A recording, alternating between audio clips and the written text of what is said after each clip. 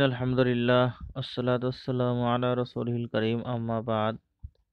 প্রিয় শিক্ষার্থীবৃন্দ, আশা করি তোমরা সকলেই অনেক ভালো আছো। তো আজকে তোমাদের তৃতীয় সপ্তাহের অ্যাসাইনমেন্ট প্রকাশিত হয়েছে। তো আমি আজকে দাখিল ষষ্ঠ শ্রেণীর অ্যাসাইনমেন্ট সম্পর্কে কিছু কথা বলবো। তোমরা দেখতে পাচ্ছ দাখিল ষষ্ঠ শ্রেণী এবং তৃতীয় সপ্তাহের অ্যাসাইনমেন্ট। এই সপ্তাহে তোমাদের দুইটা বিষয়ের অ্যাসাইনমেন্ট প্রকাশ হয়েছে। একটা হলো আরবি প্রথম পত্র, আর হলো কোরআন মাজিদ ও তাজবিদ। তো আরবি প্রথম পত্র এই সপ্তাহে তোমাদের 1 নম্বর অ্যাসাইনমেন্ট প্রকাশিত হয়েছে, আর কোরআন মাজিদ তোমাদের দ্বিতীয় অ্যাসাইনমেন্ট প্রকাশিত হয়েছে। আমি দুইটা অ্যাসাইনমেন্ট সম্পর্কে আলাদা আলাদাভাবে বলবো। তো আগে আমরা কোরআন মাজিদ সম্পর্কে একটু বিস্তারিত আলোচনা করব।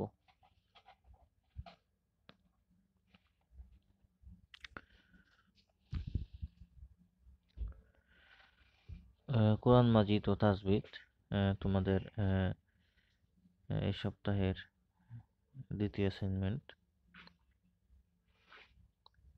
দেখতেই পাচ্ছ দ্বিতীয় অ্যাসাইনমেন্ট। তো এই অ্যাসাইনমেন্ট সম্পর্কে ভালো ধারণা পাওয়ার জন্য তোমরা তোমাদের পাঠ্য বইয়ের যে অধ্যায়গুলো অধ্যয়ন করতে পারো। দেখো, তৃতীয় অধ্যায় কোরআন মাজিদ, দ্বিতীয় পরিচ্ছদ তাহরাত, তারপরে প্রথম পাঠ উযু ও তায়াম্মুমের বিধান। তাহারাত অধ্যায় প্রথম পাঠ উযু ও তায়াম্মুমের বিধান।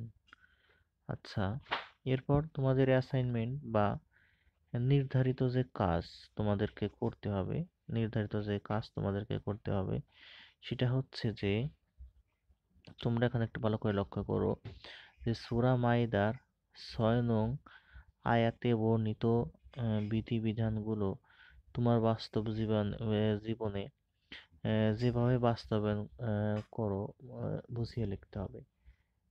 এখন আমরা তাহলে আমাদের এই তাহারাত অধ্যায়ে আমরা প্রবেশ করব এবং দেখি যে বিধিবিধানগুলো এখানে আলোকপাত করা হয়েছে। আমরা দ্বিতীয় পরিচ্ছদে চলে এসেছি। এখানে তোমরা দেখো যে দ্বিতীয় পরিচ্ছদ তাহার প্রথম পাঠ ওযু তায়াম্মুমের বিধান। আর আমাদের নির্ধারিত অ্যাসাইনমেন্টের বিষয়বস্তুতে বলা হয়েছিল যে 6 নং আয়াতের আলোকে যে বিধান, এই বিধানটা আমাদের বাস্তব জীবনে কিভাবে আমরা প্রয়োগ করব, বাস্তবায়ন করব, সেই সম্পর্কে আলোচনা। এখানে যে বিষয়গুলো মূলত রয়েছে ওযু তায়াম্মুমের যে বিধান এবং তাহারাত অর্জন সম্পর্কে। তো এই বিষয়গুলো তোমরা তোমাদের বাড়ির কাজ বা নির্ধারিত অ্যাসাইনমেন্টে এগুলো অন্তর্ভুক্ত করবে। আশা করি তোমরা বুঝতে পেরেছো। তাহলে তোমরা নির্দিষ্ট সময়ের মধ্যে তোমাদের অ্যাসাইনমেন্টগুলো লিখে সংশ্লিষ্ট শিক্ষকের কাছে জমা দেবে। আজকে এ পর্যন্তই শেষ করছি। আসসালামু আলাইকুম রহমতুল্লাহি ওয়া বারাকাতুহু।